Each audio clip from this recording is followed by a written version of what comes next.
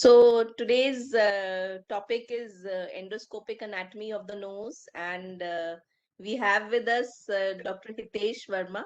He's associate professor of ENT at All India Institute of Medical Sciences, Delhi. And rhinology and skull-base surgery are one of his main interests, his passions. And he has recently published a book as well on rhinology. And I would like Hitesh to share his vast knowledge on this topic and also tell the students later about his book as well. Okay, Thank, so over to you, Hitesh. thank you very much, ma'am, for kind introduction. And the topic for today's webinar is endoscopic nasal anatomy. So the ability to treat the paranasal sinuses disease has been revolutionized by improvement in endoscopes and computerized tomography. So endoscope have made it possible to examine the nose throughout from the anterior nape to the posterior nasal space. So in this topic, I would like to cover mainly lateral nasal wall because medial nasal wall is primarily formed by the septum and which may be discussed in other webinar. Partly I will cover it. But in lateral nasal wall, we have three projections. These are the tissue projections, which is known as concha, or concha. Inferior most is an inferior concha, middle one is a middle concha, and superior one is a superior concha. So inferior one is extend. This is the anterior part of the nasal cavity, and this is the posterior part. Anterior one is extend almost throughout the length of the nasal cavity, and the space inferior to it's known as inferior meatus. Then comes a middle concha, which is present almost half of the length of the nasal cavity, and the space lateral to it is known as middle meatus. Then comes a superior concha, which is around 1/3 of the length of the nasal cavity, and it is present in the superior most part of the nasal cavity. And the space lateral to it is known as superior meatus. And the space medial to the superior concha and the septum is known as sphenoethmoid recess. And this is basically a space in between the superior concha and the septum. So for drainage purpose, inferior concha receive drainage from the nasolacrimal duct, which is this is approximately a genu area, which is a junction of anterior 1/3 and posterior 2/3. So at this junction, in the inferior meatus, we can find the opening of the nasolacrimal duct. Then comes a middle meatus, where we can find anterior ethmoid sinuses and the opening of maxillary sinus and the drainage of the frontal sinus. When the superior concha primarily drains the posterior ethmoid sinus and partly sphenoid sinus. With the sphenoethmoid recess primarily drains the sphenoid sinus and partly the ethmoid sinus. So to easy understanding, I divided into various passes. So first pass, this is the endoscopic pass where we examine the nasal cavity along the floor of the nasal cavity. So what we can find, this is the right side of the nasal cavity, and this is a septum, and this is the inferior turbinate, and this is the floor of the nasal cavity. So when we introduce the endoscope from the vestibule, anterior vestibule, we go along the either in medial to the inferior turbinate, and we see the septum, inferior turbinate, any deviation in the septum or the turbinate size, or there may be hypertrophy and status of inferior meatus. When we go further posterior, what we can find, this is a nasopharynx. So this is a torus tuberis, which is a opening. This is a torus tuberis. It is present behind the opening of the eustachian tube. This is the opening of the eustachian tube. And behind the torus tuberis, we can find the fossa of Rosenmüller. This is the opposite side of torus tuberis, and this is the fossa of Rosenmüller. And this is the roof of the nasopharynx, where adenoid tissue we can find this in this area. So inferior meatus, it is present along the entire length of the nasal cavity. It is space which is present lateral to the inferior turbinate, and this is probably the site for the opening of the nasolacrimal duct. We can see some opening and the discharge. And when we go posterior from this in the inferior, along the inferior turbinate, this is a septum and this is the region of the nasopharynx. So here the septum is almost in midline. We can see some deviation in the inferior part, where in this picture we can see S-shaped deviation like this. So what pathology we can find in first pass? First one, this one is a septal perforation. This is the right side of the nasal cavity. This is a septum and this is the inferior turbinate. So here we found the septal perforation. When we go posterior, we can find adenoid tissue. Here's a grade 2 kind of adenoid tissue. This is a polypoidal tissue which is present, which is coming out through the middle meatus into the inferior part of the nasal cavity. And this is a picture of juvenile nasopharyngeal angiofibroma. It's a vascular single mass which is present in the posterior part of the nasal cavity. Then comes the second pass. Second pass is space medial to the middle turbinate. In this picture, we can see this is the inferior turbinate and this is the middle turbinate. The space medial to the middle turbinate comes under second pass, and space lateral to the middle turbinate comes under third pass. So in second pass, what we can find while displacing the, this is the left side of the nasal cavity, and here the middle turbinate and superior turbinate displace laterally. So we can find the ostia of the sphenoid sinus. And here's the pathology, like this is a case of mucormycosis where the septum is involved. So we can see in the second pass, and this is a mass which is filling the sphenoethmoid recesses. So in third pass, what we see, space lateral to the middle turbinate. In this diagram, what we can see, this is the uncinate process which is present just lateral to the middle turbinate, and this is the bulla ethmoidalis. And this is the endoscopic picture. This is the uncinate process, and this is the bulla ethmoidalis. And the space in between uncinate process and the bulla ethmoidalis is known as hiatus semilunaris. So uncinate process attaches anteriorly with the lateral nasal wall. So this is a site of attachment for the uncinate process, and this is known as maxillary line. In lateral relationship, it comes in contact with the nasolacrimal duct and nasolacrimal sac. So in DCR, we generally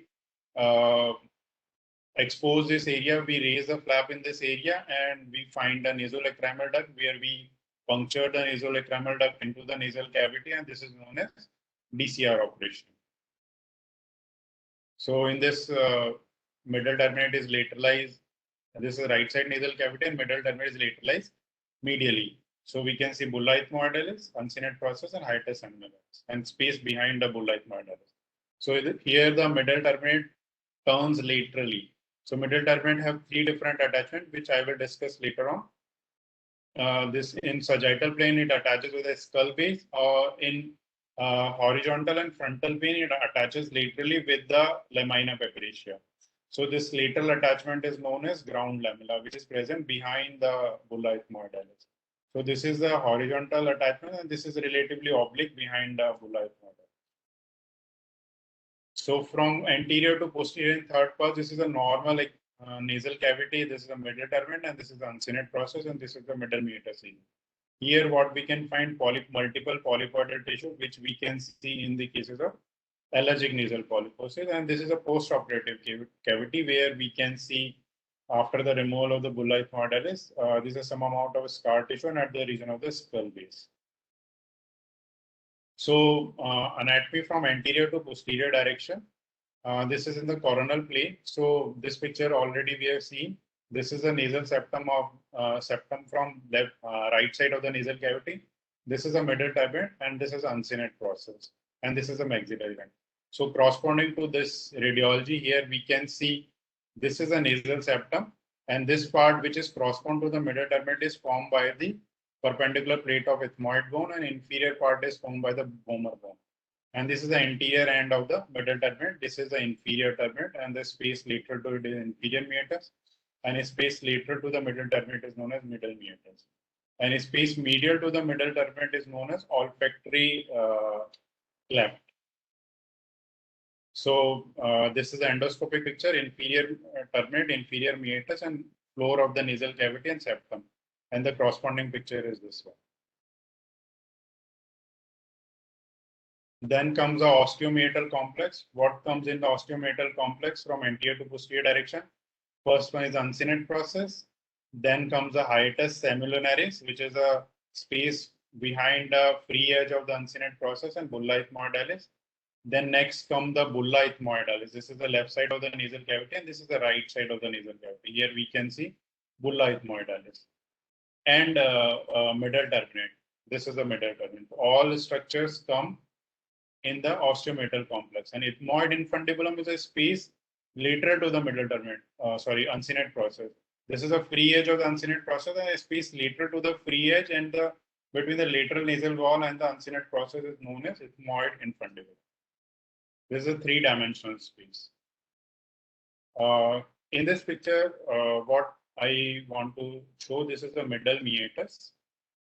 This is the middle terminate. Here the corresponding endoscopic picture, middle terminate and the middle meatus. So middle meatus is space lateral to the middle terminate, and then this is a bulla ethmoidalis. Here is a frontal sinus. So how we can differentiate frontal sinus from the supraorbital recess?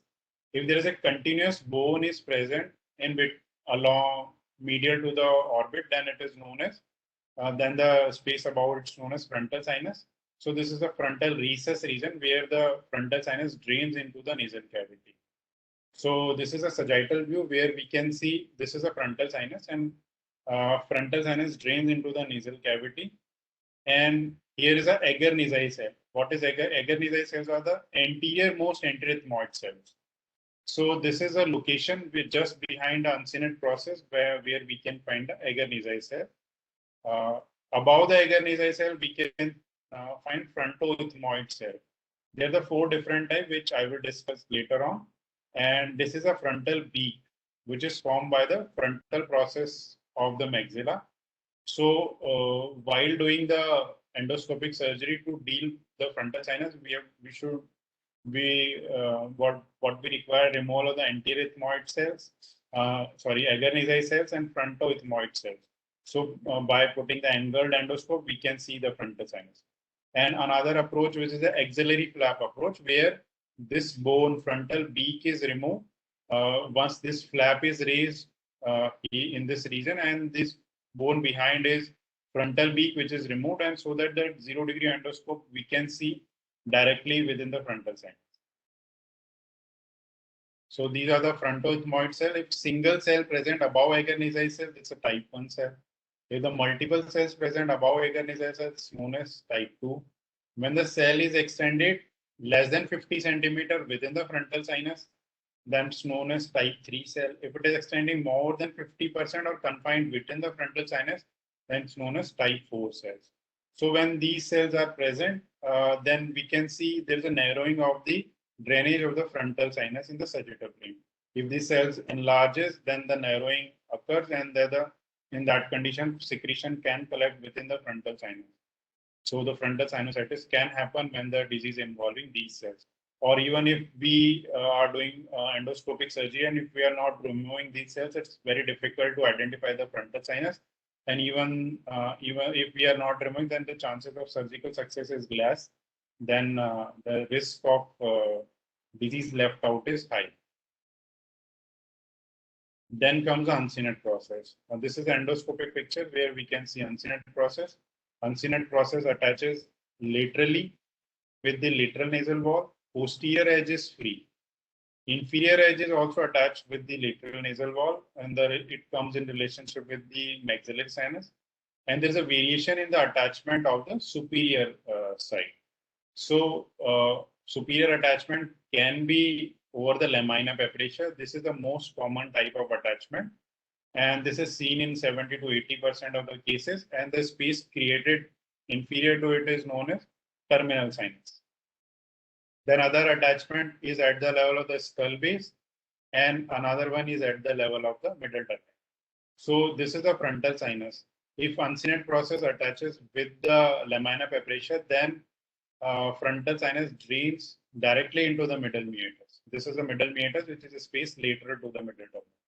But in these two cases, when it is attached with the skull base and the middle turbinate, then frontal sinus drains into the ethmoid infundibulum, and from the ethmoid infundibulum, via the hiatus seminaris, secretion comes into the nasal cavity. So this is an anatomical variation where we can see pneumatization of the uncinate process. We can see on both sides, and we can see concha bullosa, which is also the pneumatization of the middle turbinate. So this is a concha bullosa. So when it is pneumatized, then it's bulky, and in that case, like in this picture, if it is bulky, it can narrow the drainage of, it can push the uncinate process laterally and narrow the drainage of the maxillary sinus, bulla ethmoidalis, even the frontal sinus. So secondary sinusitis can happen when there is a bulla is present. So in this picture, same when there is a, this is a frontal sinus outflow tract. So when the front agar nasal cells enlarge, when there is a frontal ethmoid cell enlarge, when there is a bulla ethmoidalis enlargement, when there is a concha bullosa, it narrows down the drainage of the frontal sinus. Then the frontal sinusitis can happen. So in this picture, we can see concha bullosa when the pneumatization seen in the distal terminal part of the middle turbinate. When pneumatization seen in the vertical part of the middle turbinate is known as lamellar bullosa. So this is a lamellar bullosa, and this is a concha bullosa. So in this picture, we can see, I already told you, this is a maxillary line.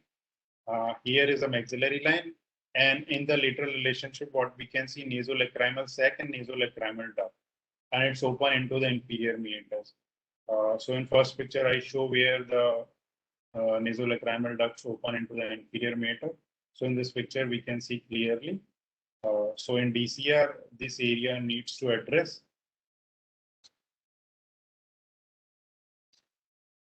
Next, after the uncinate process is the bulla ethmoidalis. So ethmoid cells are basically classified, divided into anterior and posterior type. Anyhow, they are 3 to 18 in number, and bulla ethmoidalis is the largest anterior ethmoid cell. So anterior ethmoid cells are agar nasal cells, frontoethmoid cells. Sometimes we may see bulla ethmoid cell like this, and this one is a bulla ethmoidalis. So bulla ethmoidalis is the largest anterior ethmoid cell. Medially, it comes in relationship with the middle turbinate, and superiorly it extends up to the level of the skull base. And inferiorly, it's end up just above the level of the middle turbinate. So when it is not extending till the level of the skull base, for example, if it is extending till this level, so space above the bulla ethmoidalis is known as lateral sinus, and behind it is also known as lateral sinus. So this is bulla ethmoidalis. So this is a space, and above this is known as lateral sinus. So here is a hiatus seminaris inferior, and the bulla ethmoidalis and ground lamella of the middle turbinate. Here we can see ground lamella. So lateral sinus is space behind the bulla ethmoidalis, and medial most end of the bulla ethmoidalis is known as hiatus seminaris superior, from where the posterior cell of the bulla ethmoidalis drain into the nasal cavity. So here we can see clearly when bulla ethmoidalis enlarges, it narrows down the frontal sinus outflow tract. Then comes a supraorbital cell or recess. So this is a supraorbital recess which is present behind the frontal sinus, and it is present when there is a it is generally seen when there is a hyperpneumatization of the frontal sinus. So how we can differentiate whether it is a front in radiology, whether it is a frontal cell or supraorbital cell. In supraorbital cell, there is a no medial bony, we cannot see any bony connection inferior to it between which is present between the orbits. If there is a no bony connection, then it is known as supraorbital cell. If there is a bony connection is present with superior pneumatization, that's known as frontal cell. So this is a supraorbital cell. Sometimes disease may be present in this region, and we may miss. This may be seen in the frontal cell because of wrong interpretation within the radiology. In that case, we may miss the disease. Like here, this is a primarily a frontal sinus disease, and this is a supraorbital cell. Heller cell is another pneumatization variation where the Heller cell is present inferior to orbit. It is also enterethmoid cell. So this is a Heller cell. So when Heller cell is present, it narrows down the drainage of the maxillary sinus. This is a maxillary sinus. This one. So when it is narrowed down, then the secondary maxillary sinusitis can happen when Heller cell is present or it's enlarged and it's compromised the drainage of the maxillary sinus. Next on the here, this is a picture where after removal of the uncinate process, this is a biting faucet, and this is uncinate process. This is after the removal of the uncinate process. So this is a basically space lateral to its ethmoid infundibulum. This is a ethmoid infundibulum area. So from here, the maxillary sinus drain into the ethmoid infundibulum. This is the next picture where we can see this is a maxillary sinus, and maxillary sinus drain into the ethmoid infundibulum. And this one is a bulla ethmoidalis. And from superiorly, what we saw in previous picture, from here the frontal sinus drain anterior to the bulla ethmoidalis. So if the disease is primarily present within the frontal sinus, and though no bulla is perfectly normal, then intact bulla technique can be done where bulla is not touched and directly frontal sinus is removed by going anterior to bulla ethmoidalis. Like in this picture, here we see if bulla is not involved, then we can go directly from here into the frontal sinus without damaging the bulla. Then it is known as intact bulla tip.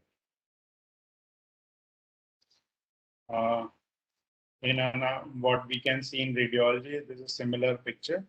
And here is a crista galli. Crista galli is basically midline projection from the ethmoid bone, which space lateral to it is known as olfactory fossa, from where olfactory nerves via the cribriform plate enter into the nasal cavity. So this is a medial lamella of cribriform plate. This is a lateral lamella of the cribriform. Here it's better picture. This is a pictorial diagram. This is a septum. This is a crista galli. This is a medial lamella, and this is a lateral lamella. Medial lamella, we can see multiple perforator via the olfactory nerve fibers enter into the nasal cavity, and this is a lateral lamella. So lateral lamella thickness is 0.2, and when this red dot is showing where the enterethmoid artery enter into the cranial cavity. So this is the thinnest part.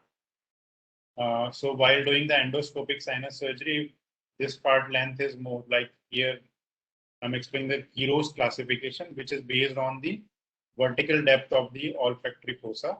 So it's a type 1 when the length of lateral lamella is 1 to 3 mm. Type 2 when it is 4 to 7 mm. And type 3 when it is 8 to 16 mm. So when we found type 3 pneumatization, type 3 kind of lateral lamella, then the risk of injury to the lateral lamella is high because it's long length, and the risk of injury is high in endoscopic surgery. To the lateral lamella, risk of CSF leak is high. But when it's type 1 is present, in such cases, fovea ethmoidalis is low. So after the lateral lamella, part of the ethmoid bone is known as fovea ethmoidalis. So if this length is short, then fovea ethmoidalis will be low. And in such cases, the risk of injury while doing the endoscopic surgery in type 1 is more at fovea ethmoidalis, whereas type 3 is more at the lateral lamella of the cribriform.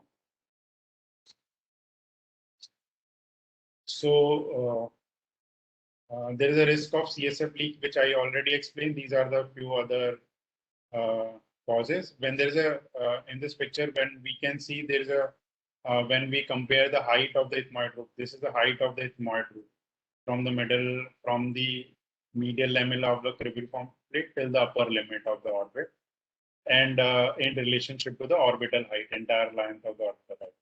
So when ethmoidal roof height is more, then the chances of risk of injury is high to the lateral lamella. In another pattern, when the maxillary sinus to ethmoid sinus ratio, in this, if ethmoid sinus ratio is more than the vertical lamella of the cribriform plate height is high, then the risk of injury to the lateral lamella is high. Height is I already explained. Another one is a slope.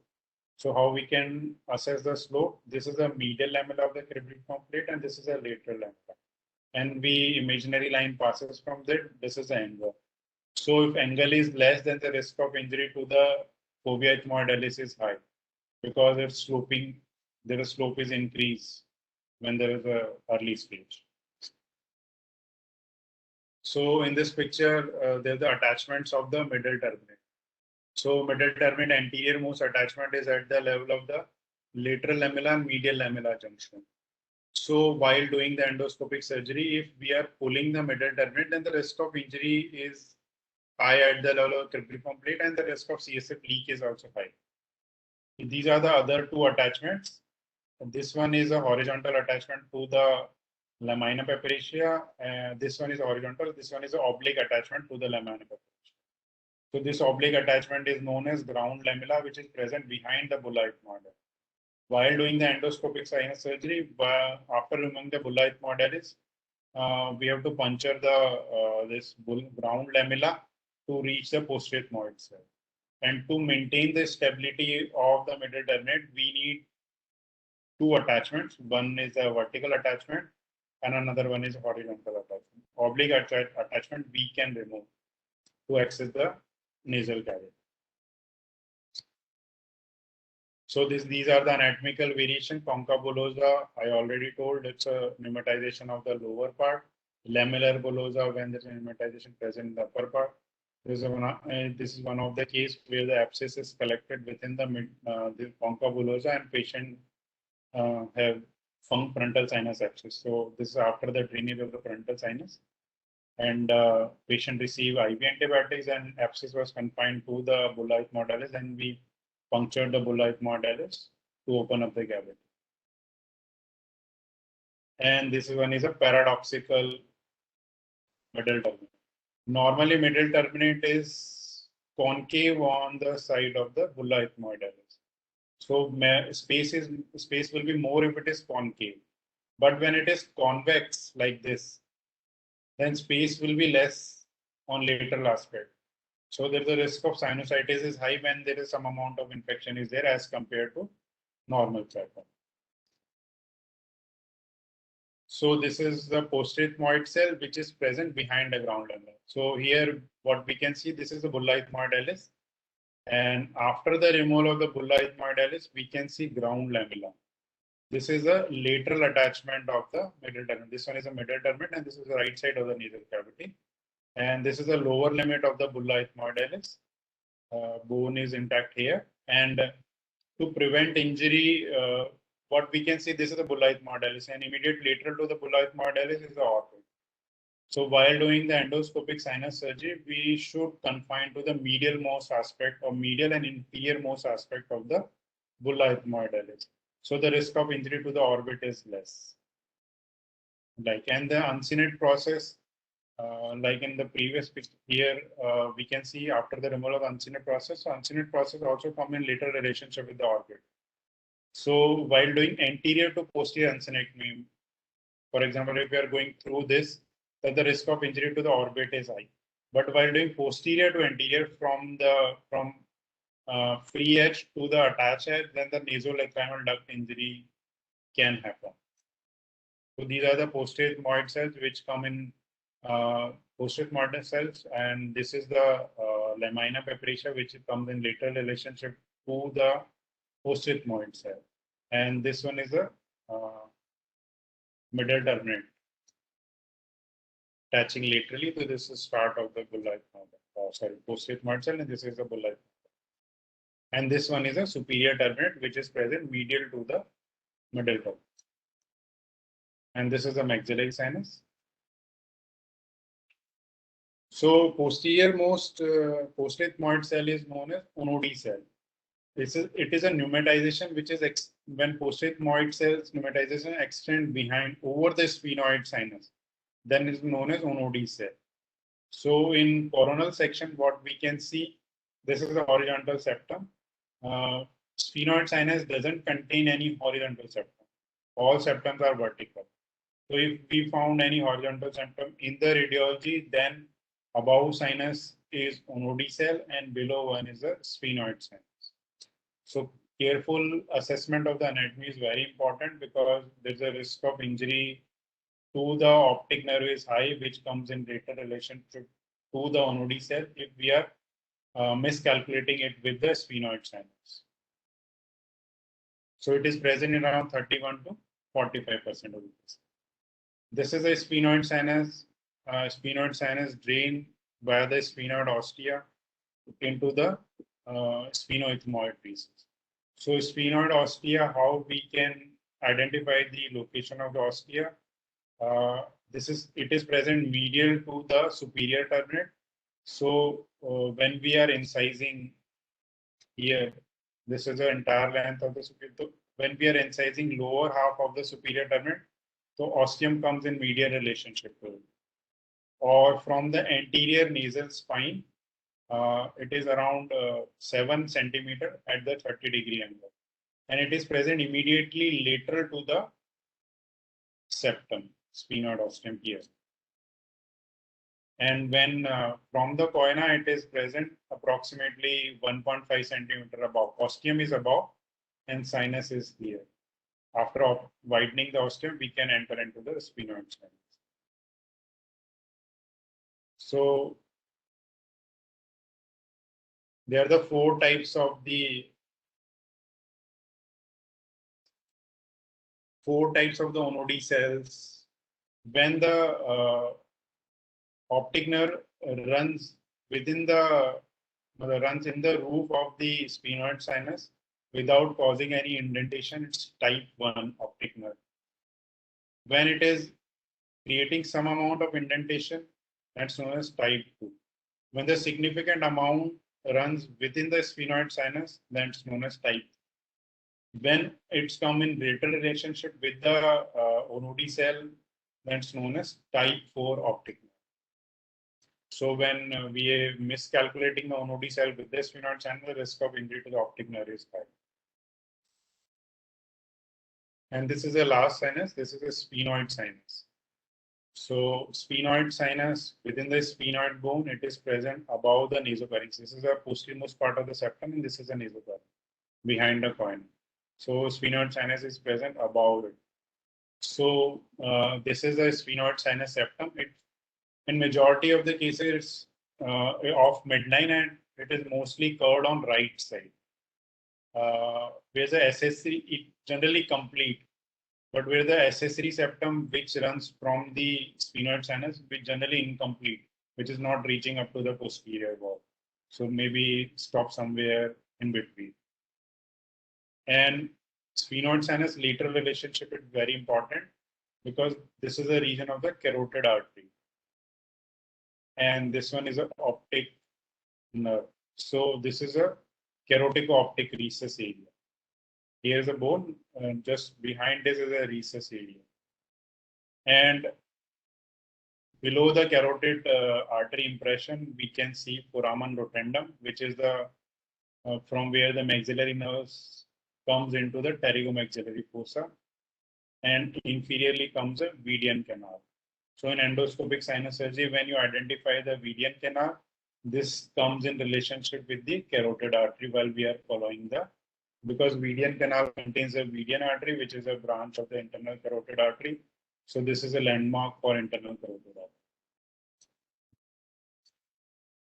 So here I already told this is a sphenoethmoid recess where the sphenoid sinus drains into it.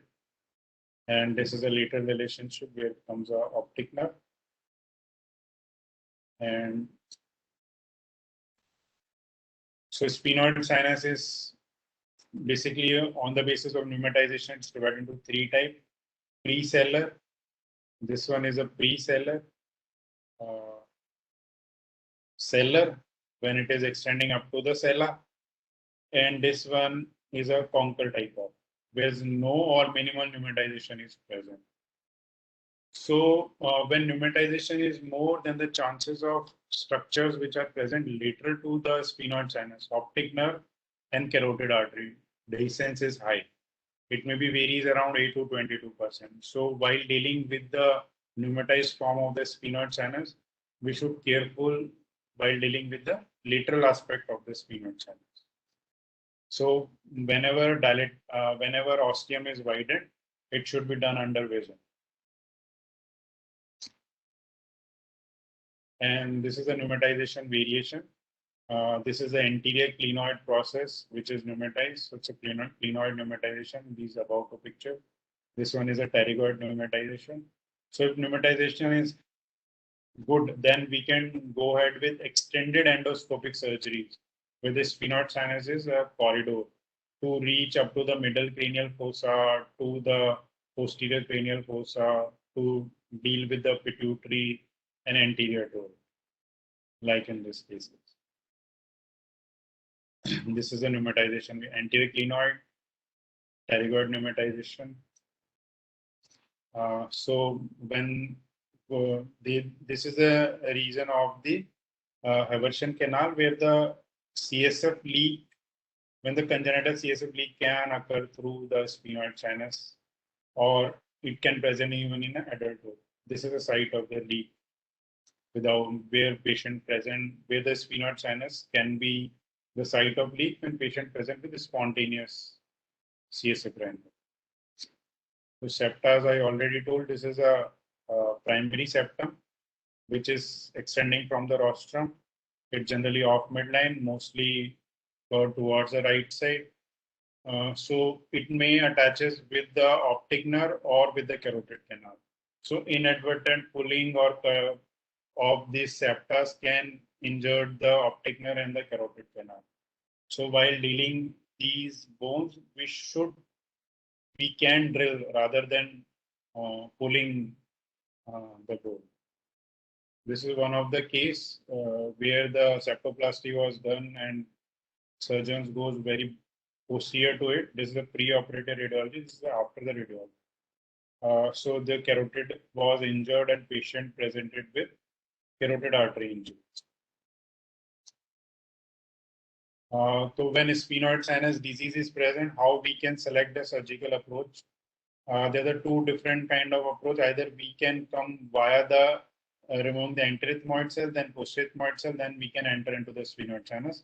This is known as lateral approach. Another one is directly through the via the second pass, we can identify the sphenoid ostium and we can widen. So in this case, there is a limited disease. We can go ahead via medial to the middle turbinate, and we can reach up to the sphenoid sinus. But in this case, we have extensive diseases present within the sphenoid sinus. In such cases, lateral approach is better.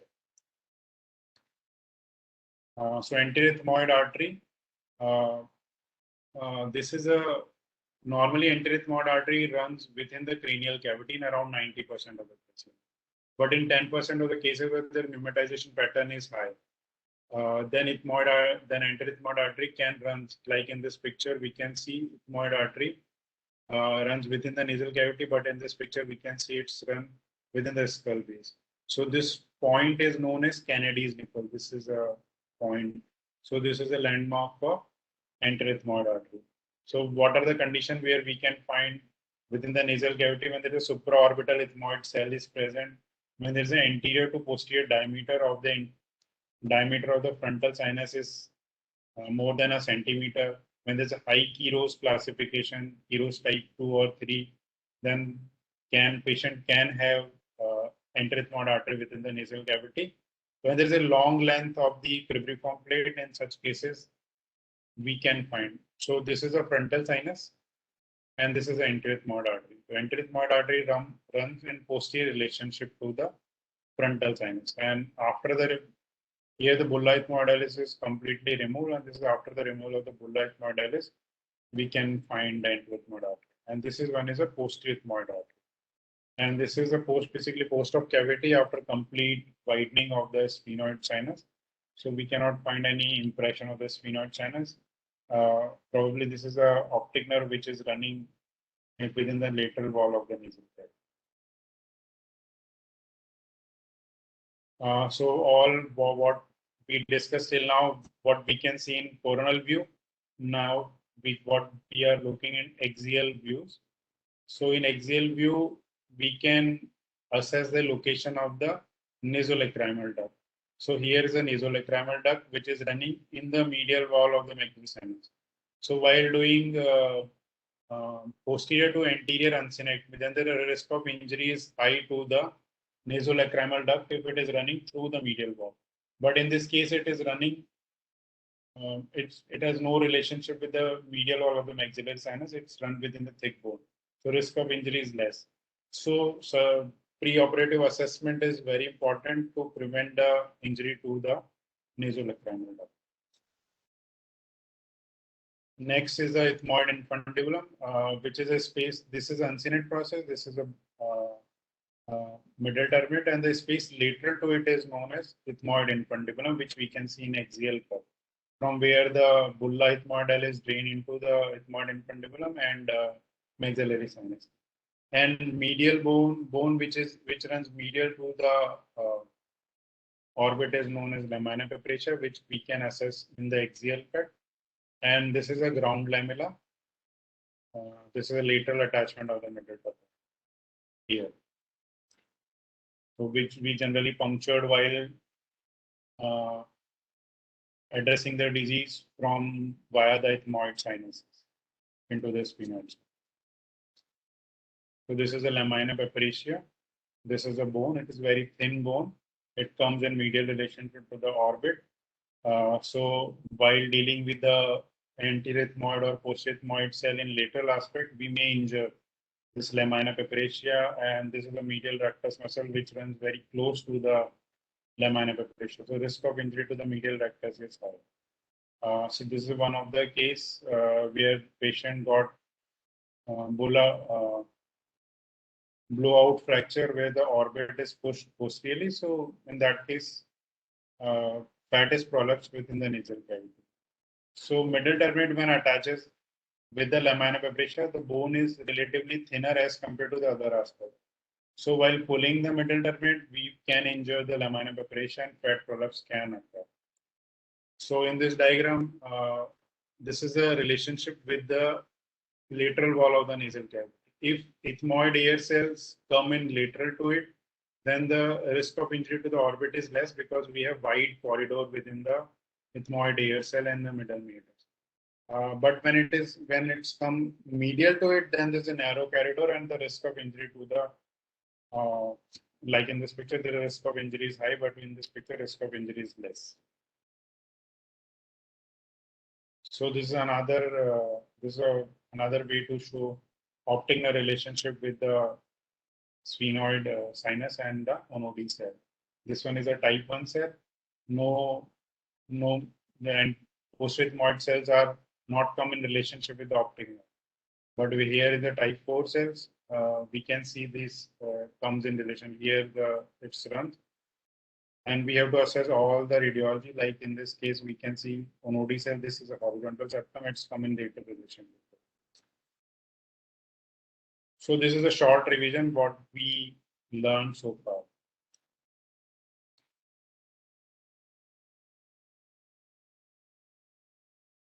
The first pass is along the floor of the nasal cavity.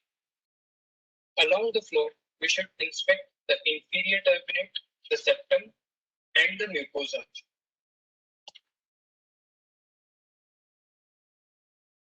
Once we reach the nasopharynx, we should examine the adenoid pad. Look for torus tubarius. This one is torus tubarius. The eustachian tube opening anterior to this it, is eustachian. and fossa of Rosenthal posterior to it. We should also examine the inferior meatus and look for the opening of the nasolacrimal duct.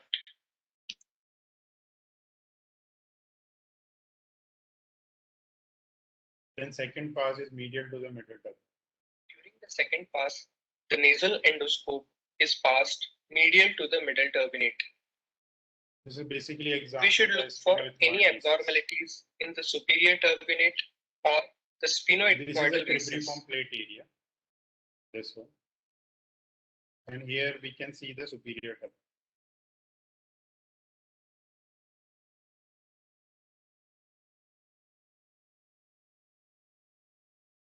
We should also try to locate the natural sphenoid ostium as seen here.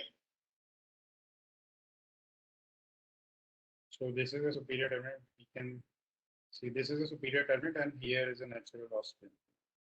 And third pass is lateral to the middle. For the third pass, the endoscope is passed laterally to the middle turbinate. So this is an ostium which is known as SS3 maxillary ostium. We have to look for the ulcerate process, the sinus ostia, presence of any accessory ostia, and the bulla ethmoidalis, and examine the middle meatus area. So what we can see, natural ostia is behind uncinate process and it is not visible in natural endoscopy. But SS3 ostium is visible while doing the nasal endoscopy. And this one is a bulla ethmoidalis.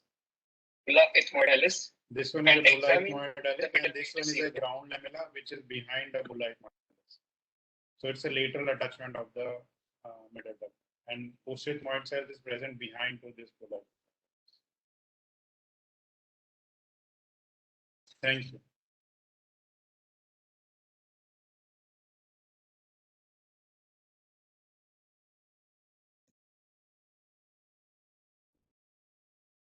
So thank you, Hitesh, for an excellent talk, and you illustrated the endoscopic anatomy so well along with the CT scans. And I'm sure the participants would have benefited immensely from this talk. And I hope they have seen the talk on a laptop rather than on their phones, because the CT scans, the endoscopic pictures, they would be very well seen on the laptop. And that was the screenshot of the book that Dr. Hitesh, along with Professor Alok, he has recently brought out, and I would recommend that the students should go through the book. And Hitesh, you can see the chat box. Yes, ma'am. There's one question where Yeah. someone asked where we can find a nasal eccrimal duct. Yeah. So this is the basically transverse section. This is the inferior concha, and this is the junction of anterior 1/3 and posterior 2/3. It's known as genu. So in genu area, we can find a nasolacrimal duct. This is from anterior to posterior, and here this is the inferior meatus. These are the two different pictures, and this is basically it's very difficult to identify the ostium, but when there is a disease, then we can identify. So in this case, some amount of secretion we can see coming out through the inferior meatus. So this is a site where we can find the nasolacrimal duct.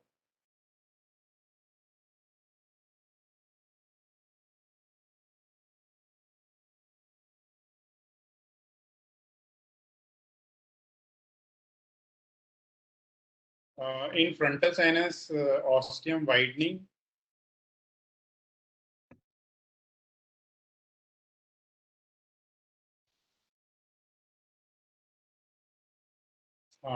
We can see in this picture, there are different techniques. One, either we can remove the bulla ethmoidalis. When there's a, for example, in one of the picture I showed you multiple nasal polyps, which is we can see in allergic nasal polyposis. So when the polyps are present, then the opening of the frontal sinus is hampered. Then the secretion can collect, or long-standing changes can, in long-standing condition, patient may have polyp within the frontal sinus. So while removing the bulla ethmoidalis with the angled endoscope, which is coming in this direction, we can see via the 70-degree endoscope with the angled instruments, we can go into the frontal sinus. In another approach, we can remove agar cells and frontoethmoid cell. We can widen this area. When there is an intact bulla technique, when there is no disease in the bulla, then we can directly enter within the frontal sinus. This is an intact bulla technique. In another technique, there is the axillary flap technique. So in this picture, axillary flap is created like this. It's around 8 mm above, 8 mm forward, then inferior, then backward. So flap is turns towards the middle turbinate, then bone comes in this region, which is frontal bone, frontal B. So when we remove this bone, then we can see the frontal sinus directly with the 0-degree endoscope.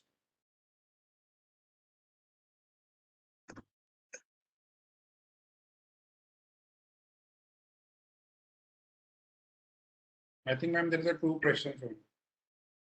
Yes, yes.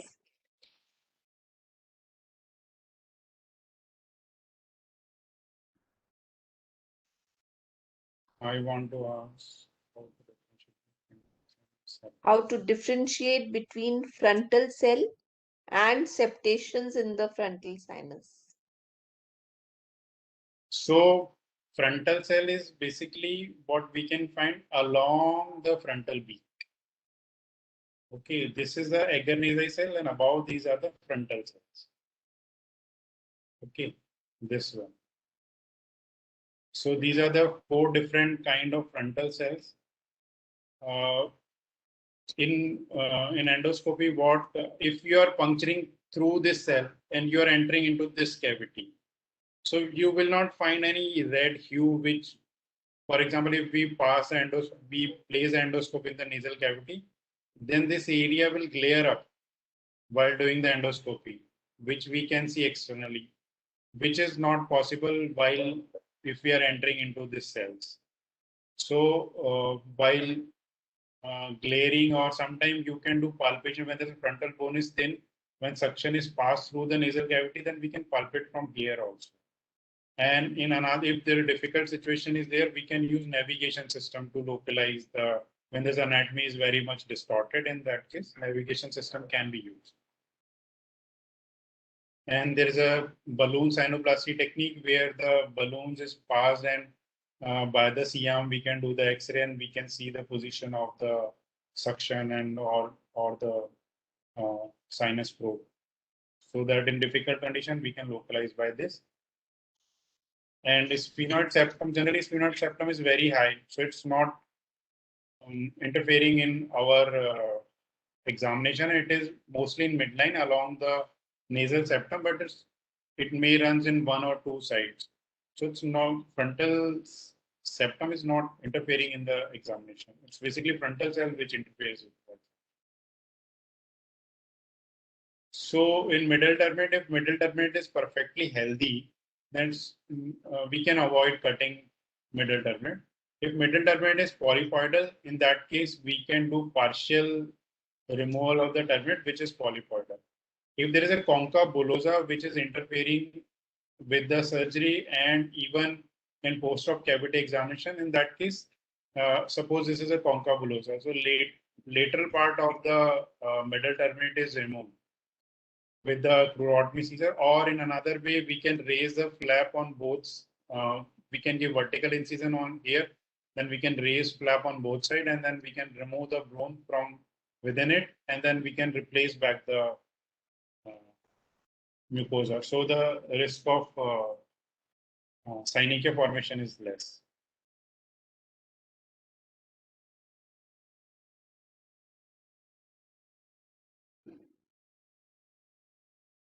Window, it's very thin. Middle turbinate is very thin. Its window is not created to access. Either we can go lateral to the middle turbinate via removing the uncinate process, anterior ethmoid cell, post-ethmoid cell, then into the, or via medial to the middle turbinate, like in this, like in one of the picture.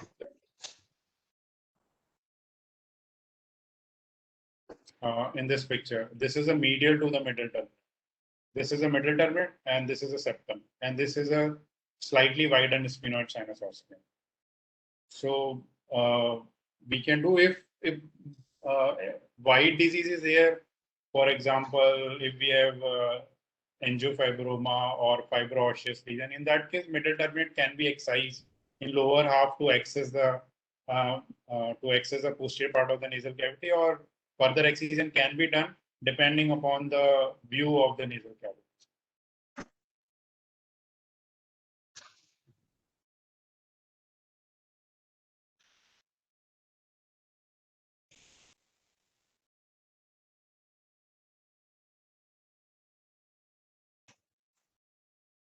This one is a book. This is primarily for postgraduate students, and this book covers almost all aspects which you may find during your residency and surgical training, and which are important for you.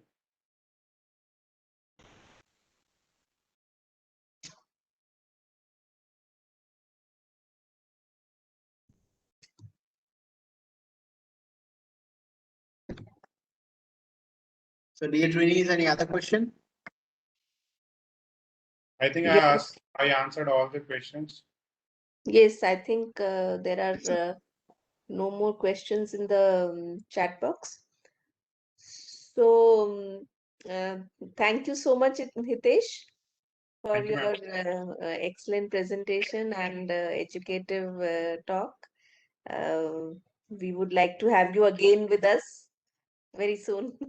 Okay, ma'am. Okay, okay. Thank you for encouraging me. Thank you. Thank you. Thank you very much, Dr. Hitesh Verma, for the presentation, and thank you very much, Dr. Nilima Gupta, for joining us. And thank you, trainees, for joining us.